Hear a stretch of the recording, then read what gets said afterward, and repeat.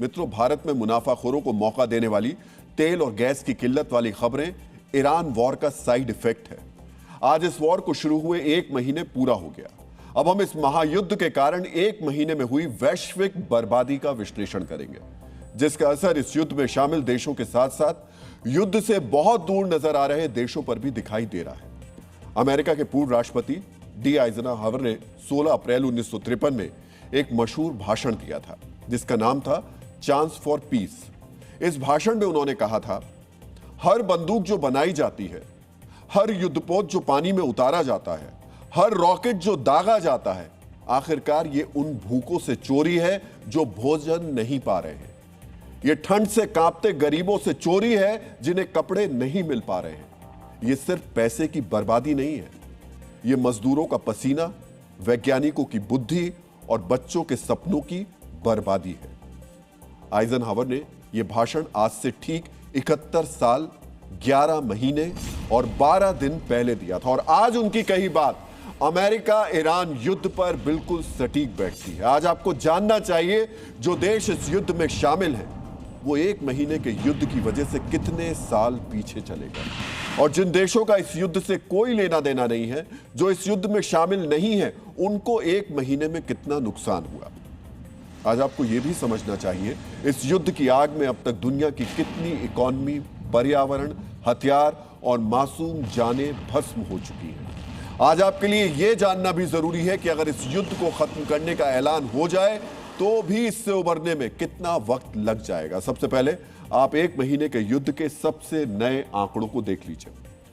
मित्रों, 1 महीने के इस युद्ध में अब तक 30,000 से ज्यादा मिसाइल, बम और ड्रोन के हमले हुए। 30,000 से ज्यादा, यानी हर घंटे लगभग 40 अटैक हुए हैं। इन हमलों में ईरान, इजराइल और खाड़ी देशों के 8,710 लोगों की मौत की पुष्टि हो चुकी है, जबकि 34,000 लोग घायल हुए। 1 महीने के युद्ध में 15,000 से ज्यादा सैन्य और सिविल इंफ्रास्ट्रक्चर पर हमले हुए हैं। इस युद्ध में अब तक सीधे 14 देशों में बम, मिसाइल और ड्रोन अटैक हुए, यानी इन देशों पर युद्ध का सीधा असर हुआ। इसके अलावा दुनिया की 30 से ज्यादा बड़ी अर्थव्यवस्थाएं युद्ध के असर से दबाव में आ चुकी है। इसमें यूरोप के अलावा चीन, भारत, जापान और दक्षिण कोरिया जैसे एशिया की बड़ी अर्थव्यवस्थाएं भी शामिल हैं। मित्रों, 1 महीने के इस युद्ध में अब तक $590 बिलियन यानी 49 लाख करोड़ रुपए स्वाहा हो चुके हैं। यह लगभग भारत के 1 साल के बजट और पाकिस्तान के 3 साल के बजट के बराबर की रकम है। यानी जितने रुपयों से पाकिस्तान 3 साल तक चल सकता था, उतना पैसा सिर्फ 1 महीने के युद्ध में जल गया। अगर आज ये युद्ध खत्म हो जाए, जिसके कोई आसार दिख नहीं रहे, तो भी दुनिया को आर्थिक तौर पर संभलने के लिए 1 से 2 साल का वक्त चाहिए, जबकि इस युद्ध से पर्यावरण को जितना नुकसान पहुंचा है, उसकी भरपाई 20 से 30 साल तक नहीं हो पाएगी। मित्रों, ये आंकड़े डराने वाले हैं। घबराहट इसलिए भी ज्यादा हो रही है क्योंकि युद्ध खत्म होने के अभी कोई आसार नजर नहीं आ रहे। आज आपको हमारा यह विश्लेषण इसलिए भी बहुत ध्यान से देखना चाहिए क्योंकि 1 महीने के युद्ध के असली नुकसान को समझकर आप अंदाजा लगा पाएंगे कि अगर मिडिल ईस्ट का महायुद्ध कुछ महीने और खिंच गया तो नुकसान कितना बड़ा हो सकता है। प्रसिद्ध लेखक लियो टॉल्स्टॉय ने अपनी पुस्तक वॉर एंड पीस में लिखा है कि युद्ध एक पागलपन है जो लाखों निर्दोष लोगों के विनाश का कारण बनता है। ईरान वॉर लाखों नहीं बल्कि करोड़ों लोगों के विनाश का कारण बनी हुई है। जहां बारूद बरस रहा है वहां तो तबाही हो ही रही है, जहां बारूद नहीं बरस रहा वहां भी बर्बादी हो रही है। इसकी वजह है आर्थिक तबाही। इस आर्थिक तबाही को विस्तार से समझने के लिए हमने इसे 3 हिस्सों में बांटा है। पहले उन देशों की चर्चा करेंगे जो ईरान वॉर में सीधे तौर पर शामिल हैं। फिर उन देशों की आर्थिक तबाही समझेंगे जो लड़ाई में शामिल नहीं है लेकिन ईरान ने उन्हें निशाना बनाया है। आखिर में उन देशों के आर्थिक संकट को समझेंगे जो ना युद्ध लड़े हैं, ना किसी पक्ष के साथ खड़े हैं, लेकिन जंग ने उन्हें भी तबाह कर दिया है। सबसे पहले ईरान के नुकसान को समझते हैं।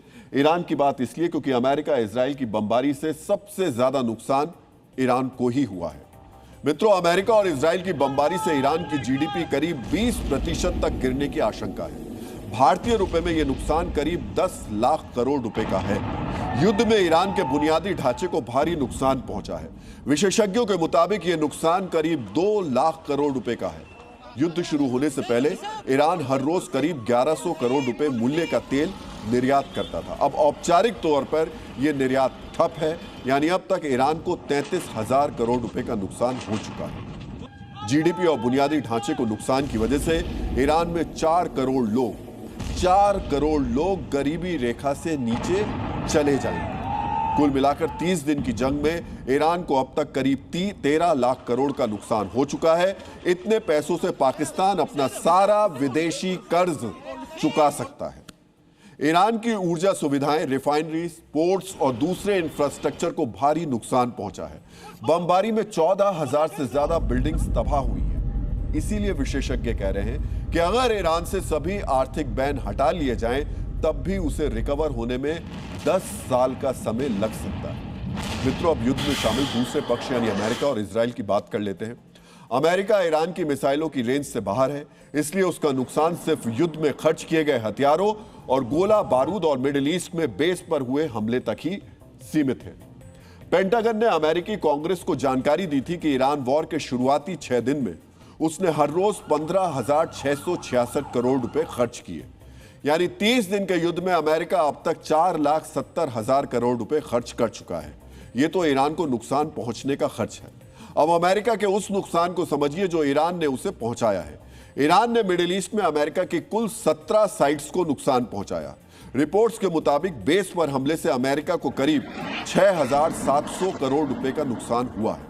इसके अलावा ईरान से जंग में अमेरिकी रडार, एयरक्राफ्ट, कम्युनिकेशन जैसे मिलिट्री एसेट्स भी डैमेज हुए हैं। यह नुकसान करीब 24,000 करोड़ का है। समझिए, ईरान ने अमेरिका की जमीन पर अटैक नहीं किया, लेकिन जंग से अमेरिका को भी आर्थिक चोट पहुंची है।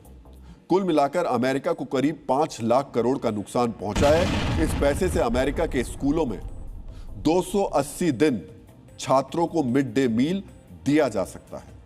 मित्रों, अब इजराइल के नुकसान का भी आंकड़ा समझ लेते हैं। इजराइल ने ईरान पर विध्वंसक प्रहार के लिए अब तक करीब 91,000 करोड़ रुपए खर्च किए हैं। ईरान के मिसाइल हमले, युद्ध के दौरान काम पर पाबंदी और रिजर्व फोर्स मोबिलाइजेशन से इजराइल को अब तक 1,10,000 करोड़ का नुकसान हो चुका है। यानी इजराइल को अब तक युद्ध में 2 लाख करोड़ रुपए की आर्थिक चपत लग चुकी है। इतने पैसे से इजराइल में डिसैलिनेशन यानी जो समुद्र के पानी को पीने योग्य बनाने के लिए 12 नए प्लांट्स लगाए जा सकते थे। इस नुकसान से इजराइल की जीडीपी में 1% की गिरावट आने की आशंका है। आर्थिक नुकसान को रिकवर करने में इजराइल को 2 साल से ज्यादा का समय लग सकता है। मित्रों, प्रसिद्ध वैज्ञानिक अल्बर्ट आइंस्टीन ने कहा है कि मानव जाति को युद्ध का अंत करना चाहिए या युद्ध मानव जाति का अंत कर देगा। आइंस्टीन ने युद्ध के बारूदी विध्वंसक को देखते हुए युद्ध का अंत करने की अपील की थी। आज युद्ध से सिर्फ बारूदी तबाही नहीं होती है, आर्थिक तबाही भी होती है। यह आर्थिक तबाही कई सालों तक चोट पहुंचाती है। आज हम ईरान युद्ध के इसी आर्थिक तबाही वाले पक्ष का विश्लेषण कर रहे हैं। अब बात करते हैं उन अरब देशों की जो ईरान के खिलाफ युद्ध तो नहीं लड़ रहे, लेकिन ईरान के निशाने पर ही है। ईरान के हमले से कतर की एलएनजी उत्पादन क्षमता 17% तक कम हो गई। इससे कतर को करीब 8 लाख करोड़ रुपए का नुकसान होगा। यह भारत के रक्षा बजट के बराबर है। ईरान के हमले से सऊदी अरब को करीब 4 लाख करोड़ के नुकसान की आशंका है। इतने पैसे से पाकिस्तान 15 साल तक रक्षा बजट कवर कर सकता है। कुवैत को 5 लाख करोड़ रुपए का नुकसान होने की आशंका है। इस बजट में बांग्लादेश 25 साल तक अपने वार्षिक विकास बजट को फंड कर सकता है। बहरीन को करीब 60,000 करोड़ का नुकसान पहुंचा है। जीडीपी 14% तक गिर सकती है। नुकसान को रिकवर करने में बहरीन को 2 साल का समय लग सकता है। यूएई को करीब 2 लाख करोड़ का नुकसान हो सकता है। यह श्रीलंका के 9 साल के वार्षिक बजट के बराबर है। मित्रों, इस युद्ध के से दुनिया की इकोनॉमी पर जो असर पड़ा है वो दिखाई दे रहा है, लेकिन इस युद्ध से दुनिया के पर्यावरण और सेहत पर जो असर पड़ा है उसके बारे में बहुत से लोगों ने अभी सोचना भी शुरू नहीं किया है। सबसे बड़ी सच्चाई यही है, युद्ध खत्म होने के बाद 2-4 साल में इकोनॉमी पटरी पर आ सकती है, लेकिन हजारों टन बारूद के धमाके का पर्यावरण पर जो असर पड़ा है उसे लाखों लोग दशकों तक झेलेंगे। इस युद्ध ने मिडिल ईस्ट और आसपास की हवा और पानी को जहरीला बना दिया है और पूरी दुनिया इस युद्ध के असर से और ज्यादा गर्म हो रही है। मित्रों, एक अमेरिकी रिसर्च संस्था क्लाइमेट एंड कम्युनिटी इंस्टीट्यूट ने एक रिपोर्ट जारी की है जिसमें मिडिल ईस्ट युद्ध के जलवायु पर पड़े असर के बारे में बताया गया है। यह रिपोर्ट 21 मार्च को जारी हुई। इस रिपोर्ट के आधार पर हमने आपके लिए 28 मार्च तक पर्यावरण पर पड़े असर का विश्लेषण तैयार किया। इस रिपोर्ट के मुताबिक ईरान युद्ध की वजह से वातावरण में भारी मात्रा में कार्बन डाइऑक्साइड गैस रिलीज हुई है। इस युद्ध में सबसे ज्यादा CO2 घरों, स्कूलों और दूसरी इमारतों के नष्ट होने से निकली। इसके अलावा बम धमाकों और तेल जलने से काले धुएं और दूसरी ग्रीन हाउस गैसेस का उत्सर्जन हुआ, जिससे कैंसर जैसी गंभीर बीमारियों का खतरा पैदा हो गया। मित्रों, आसान तरीकों से आसान भाषा में समझिए, बड़ी मात्रा में कार्बन डाइऑक्साइड और दूसरी ग्रीन हाउस गैसों के उत्सर्जन का पर्यावरण पर क्या असर होगा। कार्बन डाइऑक्साइड गैस हवा में एक कंबल की तरह काम करती है। सूरज की गर्मी धरती पर आती है, लेकिन कार्बन डाइऑक्साइड की परत उसे वापस जाने नहीं देती। इससे धरती का तापमान बढ़ता है, ग्लेशियर पिघलते हैं, समुद्र का स्तर बढ़ता है। तापमान बढ़ने से मौसम बिगड़ता है, जिससे हीट वेव, भारी बारिश और सूखा जैसी आपदाएं आती हैं। और ईरान वॉर पर जारी रिपोर्ट के मुताबिक एक महीने में 110 लाख से 140 लाख टन कार्बन डाइऑक्साइड के उत्सर्जन का अनुमान है। अगर यही दर पूरे साल भर जारी रही तो यह उत्सर्जन दुनिया के 84 सबसे कम प्रदूषण फैलाने वाले देशों के पूरे साल के कुल कार्बन उत्सर्जन के बराबर हो जाएगा। यानी दुनिया के 84 देश एक साल में जितना प्रदूषण फैलाते हैं, उतना सिर्फ इस युद्ध की वजह से दुनिया में फैलेगा।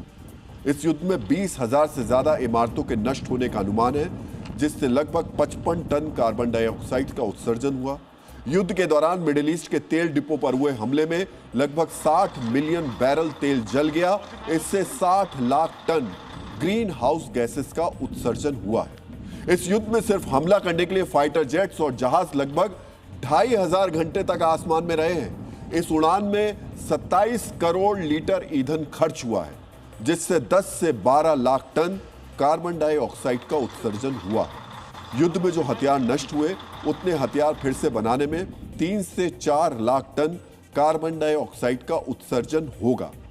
मित्रों, सोचिए, दुनिया में तेल के लिए लोग कतारों में खड़े हैं और मिडिल ईस्ट में 60 मिलियन बैरल तेल जल गया। इतने तेल से पाकिस्तान की 4 महीने की जरूरत पूरी हो सकती है। इजराइल और अमेरिका के फाइटर जेट्स ने 27 करोड़ लीटर ईंधन सिर्फ ईरान पर बम बरसाने के लिए जला दिया, जबकि इतने तेल से मालदीव जैसे देश का काम 3 महीने तक चल सकता है। यानी एक तरफ ईरान युद्ध तेल की बर्बादी कर रहा है, दूसरी तरफ पर्यावरण को जहरीला भी बना रहा है। ईरान वॉर से एक महीने में जितना प्रदूषण बढ़ा है, उतना प्रदूषण आइसलैंड जैसे 2-3 देश पूरे साल में नहीं फैलाते। यह प्रदूषण 1 करोड़ वाहनों के 1 साल तक फैलाए गए प्रदूषण से ज्यादा है। आज आपको ईरान वॉर की कुछ तस्वीरों को बहुत ध्यान से देखना चाहिए, जिन्हें देखकर आप समझ पाएंगे जहां युद्ध चल रहा है वहां की हवा कितनी जहरीली हो गई। धुआं और केमिकल मिलकर किस तरह तेहरान में जहरीली बारिश करवा रहे हैं। यह जहर बारिश के साथ सीधे पानी और मिट्टी में मिल रहा है। इस रिसर्च में बताया गया, सिर्फ एक महीने के युद्ध से मिडिल ईस्ट के मिट्टी, पानी और हवा में भारी धातुओं और केमिकल्स की मात्रा खतरनाक स्तर तक बढ़ गई है और इसकी वजह से लगभग 20 साल तक कैंसर, दिल और सांस की बीमारी के मामलों में बढ़ोतरी होगी। 20 साल तक। इतना ही नहीं, युद्ध के कारण फारस की खाड़ी के समुद्री जीवन को भी दशकों का नुकसान हुआ है। तेल के जलने और समुद्र में फैलने से पानी जहरीला हुआ, मछलियों, समुद्री कछुए जैसे जीवों की मौत हुई, कोरल नष्ट हुए, जिसकी रिकवरी दशकों में होगी। और मुझे लगता है इसके बारे में शायद कोई सोच भी नहीं रहा होगा, उन समुद्री जीवों के बारे में, उन लाखों करोड़ों समुद्री जीवों के बारे में जो इस पूरी वॉर में बेमौत मारे जा रहे हैं। खाड़ी देशों में समुद्र के पानी को पीने योग्य बनाने वाले प्लांट होते हैं। अगर ये खराब हुए या पानी दूषित हुआ तो लोगों को साफ पानी मिलना मुश्किल हो जाएगा। हर बम का धमाका, हर जेट की उड़ान, हर तेल डिपो की आग हमारी हवा को जहर बना रहे हैं। अगर स्कूल, अस्पताल और घर जल रहे हैं तो उनका मलबा हटाने और दोबारा बनाने में भी कार्बन उत्सर्जन होगा। भारत, चीन, यूरोप और अफ्रीका युद्ध में शामिल नहीं है, लेकिन भारत समेत इन देशों को भी महंगे तेल, महंगाई और गर्मी का झटका लगेगा। यानी इसका सीधा असर भले ही मिडिल ईस्ट में हो, लेकिन जलवायु परिवर्तन की आग में पूरी दुनिया जलेगी।